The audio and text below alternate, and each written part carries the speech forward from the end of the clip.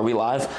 Breaking news, everybody, coming to you now from Florida, where a school of dolphins was fired upon by a retired detective at the beach who was 14 hours into an ayahuasca trip. Witnesses on the scene described the man screaming, "Die, fishies, die," in an outburst that left multiple wounded. Dolphins. Experts are calling this a tragedy for marine life, especially with dolphins not expected to go extinct for at least another 3 years. For more on this story, we go to our Florida correspondent, Goobert Fox. Goobert? Well, let's not make this political, Mark. As we all know, both mass shootings and climate change are completely unavoidable. Behind me is the beach where first responders just loaded one of the injured dolphins, Flipper, into an ambulance. He's heading to the hospital right now. I also have the following statement from Flipper's family on his condition, which I will read to you now.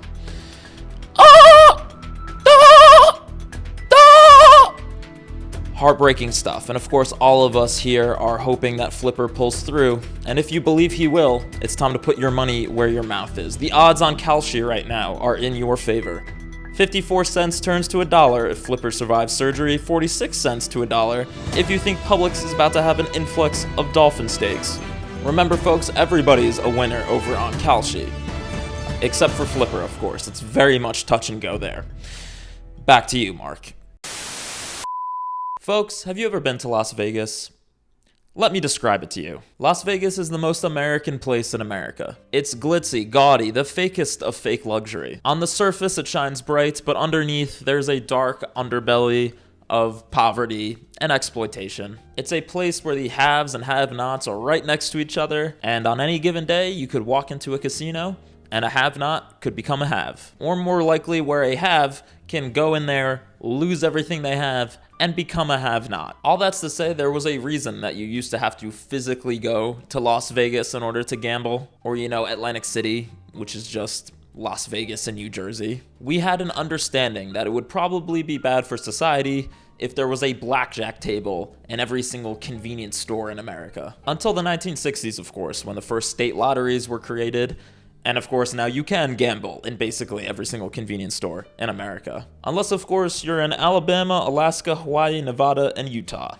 They don't have state lotteries. Well, I understand the Utah Mormons, but why doesn't Nevada have a lottery? Or sorry, excuse me, Nevada. Yeah, whatever. But I mean, that's literally where Las Vegas is, and that's all they do is gambling, so why don't you have a lottery in that state? Oh, it's because the Vegas casinos lobbied against having a lottery in Nevada because they don't want to have the competition. God, I love this country. It's like a Russian nesting doll of corruption. Every layer of the onion you peel back reveals a new kind of somehow legal criminality. If you think the lottery is a predatory tax on the poor, then you're a casino lobbyist. And if you don't like casinos or lotteries, then you must be a Mormon. But I digress. The point is there's a lot of money to be made in turning every single American into a gambling addict. And for the people trying to accomplish that, it means turning this entire country into a casino. And yeah, everywhere is Vegas now, okay? There's everything's computer. Everything's computer. Transgender for everybody. Transgender for everybody. And also everything is gambling now.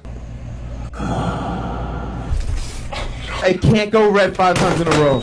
And the fact that everything is gambling now was highlighted again this week with the announcement that Kalshi is partnering with CNN, bringing Kalshi's prediction markets directly to their news coverage. And I'll explain what a prediction market is in just a second here, but basically, this means that when you're watching CNN, you're going to be treated to essentially the betting odds of a certain thing happening on screen. And for examples of the kind of news coverage bets that you can place on Kalshi, it's silly things like who will Trump nominate to be chair of the Fed? Who will be the Democratic nominee for president in 2028? Nothing too serious. I mean, it would be weird if they did like human tragedies, for instance. Horrific real-world events like, will Gazans experience a famine this year? And on Polymarket, the competitor to Kalshi, you can bet on whether or not Gaza would be ethnically cleansed, whether Israel will bomb Gaza today, if Israel will bomb the West Bank, if they will annex the West Bank, and on and on and on. They got stuff about Ukraine, just any kind of like horrific things that are happening in the world today, you can gamble on now, which is just a totally normal thing to do. But don't worry, Polymarket cares very deeply about humanity. A note on Middle East markets: the promise of prediction markets is to harness the wisdom of the crowd. Right. to create accurate, unbiased forecasts for the most important events to society. That ability is particularly invaluable in gut-wrenching times like today.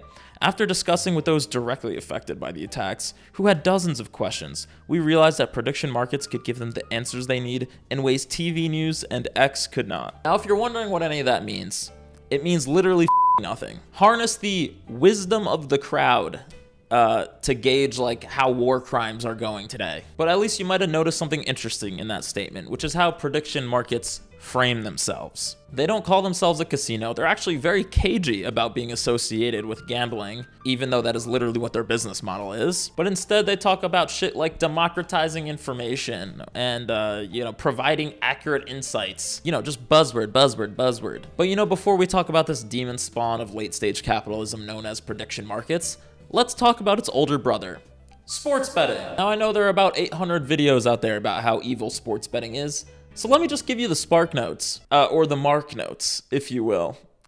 And yes, I've placed some bets here and there. It's f***ing inescapable, okay? What do you want from me? If you try watching sports, any sports, gambling is now part and parcel of the experience. You literally cannot watch a game without being hit by ads, odds, and just a general sense that the athletic competition is no longer the point of any of this. Everything is DraftKings, FanDuels. Folks, make sure you put in your same game parlay. And I mean, this shit has worked like a charm. You get the boys together to watch a game on a Sunday, and literally everybody's just like half watching the game, half scrolling on their phone through their 7 sports books, sweatily swiping between apps to try and find out if they're gonna be able to afford rent this month.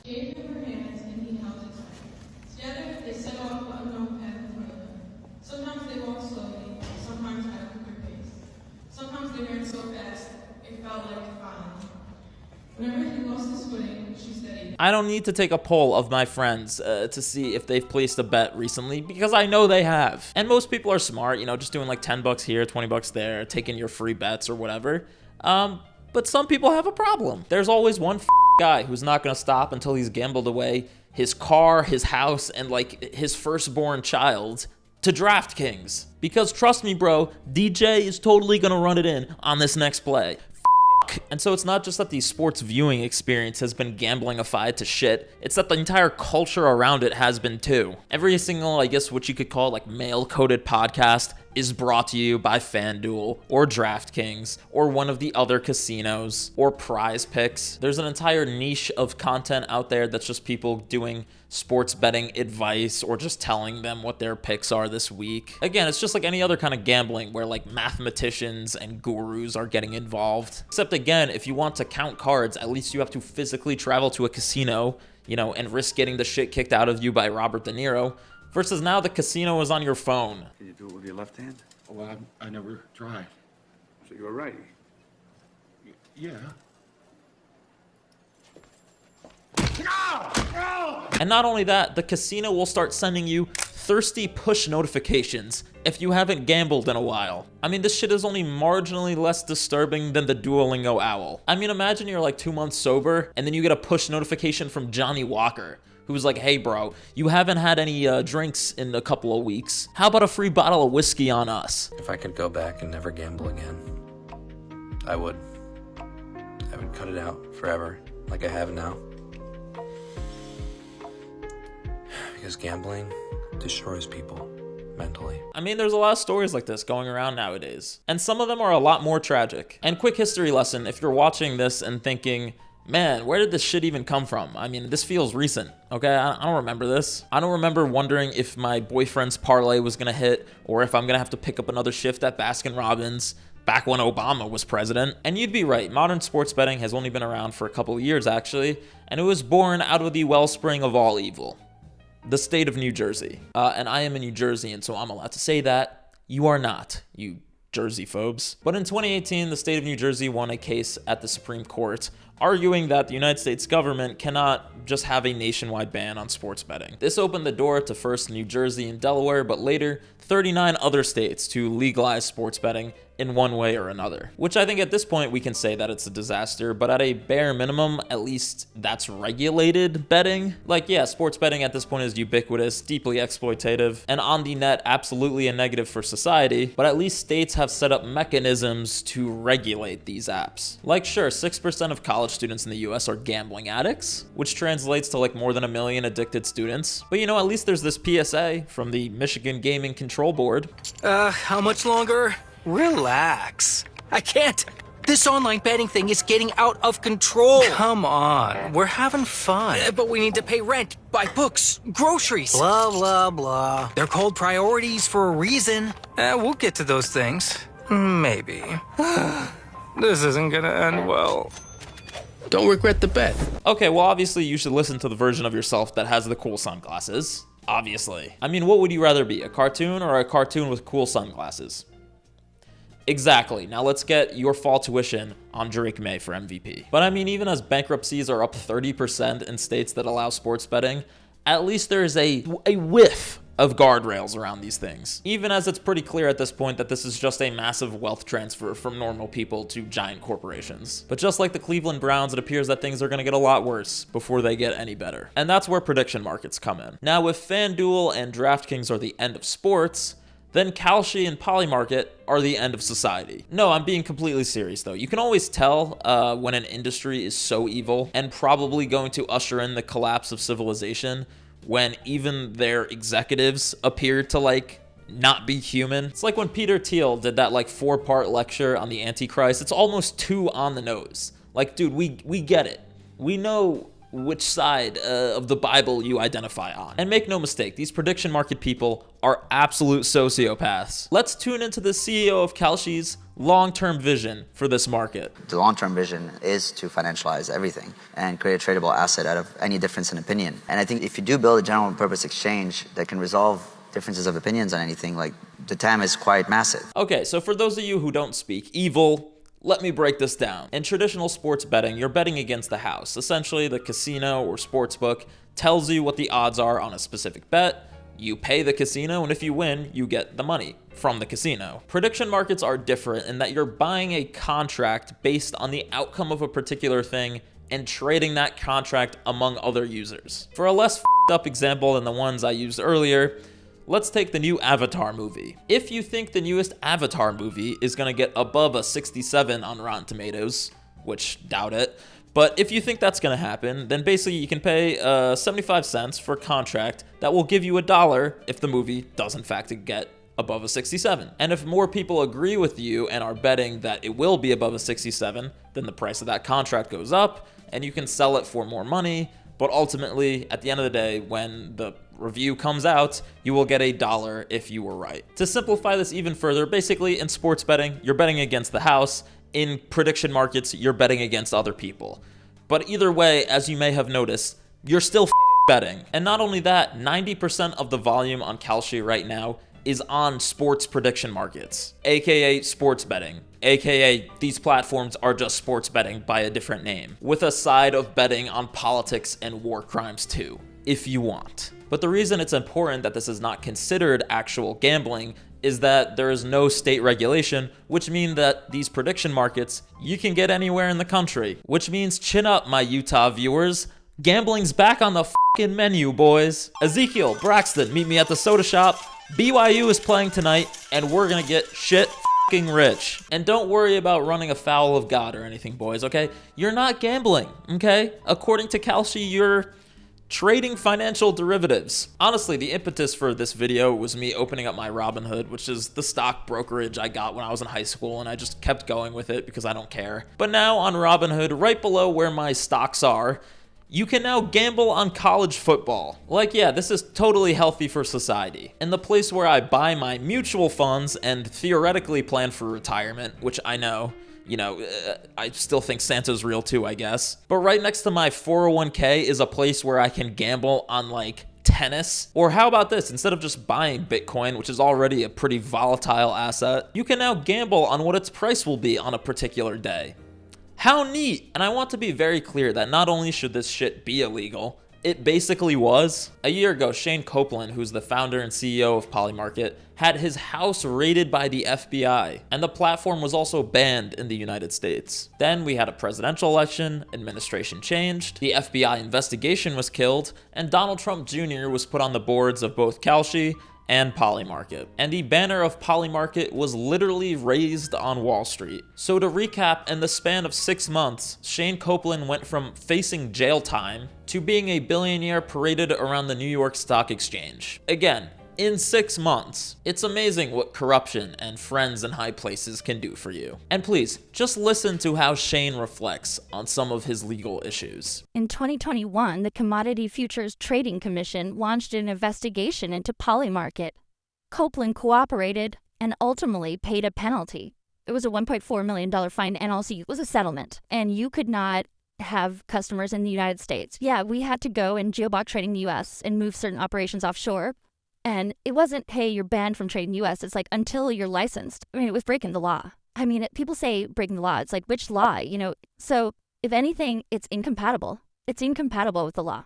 Yeah, with the regulatory matrix that existed. Incompatible with the regulatory matrix that existed. I'm going to use that the next time I get arrested for trafficking cocaine. Oh, I'm sorry, officer. I wasn't dealing illegal drugs. I was merely engaging in commerce that's incompatible with the current regulatory matrix. Once again, at a certain point, you do have to appreciate when like the thin veneer of legitimacy just peels off of American capitalism. Whereas in the past, it was like everybody plays by the same rules. Now it's just like, yeah, I started a company that was doing blatantly illegal shit, but now my buddy's the president and he said it's fine, so you know, go f yourself. And besides the naked quid pro quo, it's not a surprise that the Trump administration or any administration would want to embrace prediction markets because you can literally print money doing insider trading. Like, you know who has insight on who Donald Trump will pardon this year? Donald Trump and his advisors and his family members who all can make a killing just betting on these things. You could literally not invent a better platform to transfer money from idiots to the wealthy, well-off, and well-connected. And I cannot emphasize this enough. This is just the beginning. Prediction markets have only been around for also, 3-4 years. I mean, they're now rolling out parlays, which again is explicitly a feature of sports betting, on prediction markets, including Robinhood, where you can basically stack bets on top of each other. But I'm sorry, they're not parlays. That would mean that they're betting, which again, they're totally not gambling services. So they're not parlays at all, actually. They're called combos, which is just like, when you get a soup and salad together at Panera, or a fajita that has both chicken and steak. I mean, just look at this combo screen. It looks nothing like a parlay at all. And so just like the lotteries and casinos of old, all of this has created a new hilarious situation where the casinos and sportsbooks are now big mad that prediction markets are gobbling up their supply of gambling addicts. I mean, our poor baby FanDuel went through all the hard work of getting licensed in all these different states, only for Kalshi to come in and just steal their lunch. I mean, now any teenager in America can just download Robinhood and start gambling immediately. And yes, of course, while you have to be 21 to engage in sports betting, you can be 18 to engage in sports prediction markets. Because again, prediction markets are totally not gambling, so they don't have those rules. America, where you can't buy a beer at age 18, but you can join the military and spend your entire first check gambling on Polish table tennis. So yeah, the casinos and the sports books don't like this, which has led them to do two things. One, create their own prediction markets so they don't get boxed out in case this is truly the future. And two, start aggressively lobbying against those prediction markets. The American Gaming Association, which is the lobbying group set up by casinos and sports books, now has an entire landing page shitting on prediction markets and providing resources and data against them. And we're living in a dystopia when I find myself agreeing with casino lobbyists. Meanwhile, on the other hand, the prediction markets have started their own lobbying group called the Coalition for Prediction Markets. I swear to God, we're living in a parody. This is true cyberpunk corpo hellscape situation we're in. In 10 years, the old political parties will be dead, and you will be voting on candidates either from the American Gaming Association or the Coalition for Prediction Markets. Those are your two options now. How lovely. But the question is, where does this all end? Like 6 months ago, we were making memes that you can now finance a burrito because you can, in fact, Klarna your DoorDash order from Chipotle. But I mean, clearly it's not going to stop there. In a year from now, you're probably going to be able to bet in the DoorDash app whether or not the restaurant's going to remember your napkins or not. In the future, you will walk into a coffee shop and use an app to bet $6.50 that no one will make you a cortado in the next 4 minutes. Like literally, I think that's where we're going. Pretty soon you're gonna have 2 payment options for the latte. You can either do 4 payments of $2, or you can take out a prediction market contract for $16 that has a 50% chance of making your latte free. And of course, no matter what, you're gonna be asked to tip 400% across the board. And look, I just wanted to focus on prediction markets and sports betting because they're the most egregious examples of the casino capitalism we're living with right now. But truly, there are horrors everywhere for those with eyes to see. I remember gaming back in like 2018 when loot boxes and loot crates were like the newest evil, but it's only gotten worse since then. Now if you're online shopping, you can be greeted with a spinny wheel of deals if you're on Temu or whatever. The blind box phenomenon, which again, I'm not saying is as bad or as harmful as sports gambling, but again, it scratches that same caveman part of your brain. It's another example of corporations explicitly trying to use human psychology and the need for dopamine to get you to buy stuff and take your money. And short form video is also gambling, by the way. TikTok literally lights up your brain like you're in a casino because you get a dopamine rush with every scroll as you anticipate that the next video is gonna be a great algorithm pull. Do you love the way I do when I'm loving your body? I mean, frankly, it's a good thing that nobody has found a way to like combine TikTok and sports betting, because then we'd really be I'm just kidding, someone's already did it. This is Cheddar. We're building the TikTok of sports wagering. Legal in 20 more states than DraftKings. Accessible for 18 to 21-year-olds. Packed with game-changing features. Yeah, that's Cheddar, which is backed by A16Z, a major venture capital firm, and is promising to combine TikTok, sports betting, and Tinder all into one app. Sports betting, TikTok, and Tinder. Add in the Taco Bell app and you literally have the 4 horsemen of the apocalypse. Truly, you have to commend Silicon Valley for continuing to push out man-made horrors beyond comprehension. And I haven't even mentioned crypto casinos either. I mean, this is like a whole other kind of evil. You've got like 14-year-olds being influenced by streamers into betting thousands of dollars on some of the dumbest games I've ever seen in my life. A New York Times article just dropped on dumb teenagers who got drawn into these platforms like Stake and Roulette by streamers and celebrities like Snoop Dogg and Drake. And I mean, some of these kids lost everything. Snoop Dogg actually ended his partnership because of this article, which, thanks Snoop. I get it, man. There's a lot of articles that you want to be in, but a New York Times piece involving exploited minors and Drake is not where you want to see your name. I'm sorry, was that low-hanging fruit? Was that low-hanging fruit? Was that below the belt? It's okay. I think Aubrey will be all right. At the end of the day, the point is that we deserve better than having to live in a casino that literally never closes, that opens every time you unlock your phone. Friction matters. The fact that you used to have to physically go to a casino does mean that it was easier to prevent problems. We accept reasonable limits on things that are bad for society. We accept that even though you can go buy cigarettes, okay, maybe you shouldn't have TV ads about them, and maybe you shouldn't be able to smoke indoors. Like I myself just actually learned that it's very frowned upon to chain smoke Newports inside of a Chuck E. Cheese. But I mean, gambling now is everywhere. I mean, we got gambling for kids, we got gambling for sports, gambling on the algorithm, gambling for toys. Everything is gambling. And I get it. The world sucks. Life is boring. There is joy in getting to dream for a second that tomorrow your life could totally change if you just pull the right lever. Or maybe you'd open a bag and there would be a rare gray Labubu in there. Which, why is gray the rare one, by the way? I mean, gray is like the worst color ever. Besides the point. The point is that we are simply outmatched and outgunned by companies that have AI and algorithms and huge amounts of data that know exactly which buttons to push in our brain to keep us coming back. And now they have the political connections necessary to make sure that they can keep screwing over people, regular people, and teenagers for as long as they want. We need rules and regulations, and fast. We need to admit that maybe gamblingifying everything in society has been a bit of a failed social experiment. Something has to be done to rein this shit in before your salary is paid out in like Robux, DraftKings credit, and casino chips. And honestly, like, I'm willing to bet that that's gonna happen. Like, that's probably gonna happen. Like, honestly, what are the odds of that on Kalshi right now?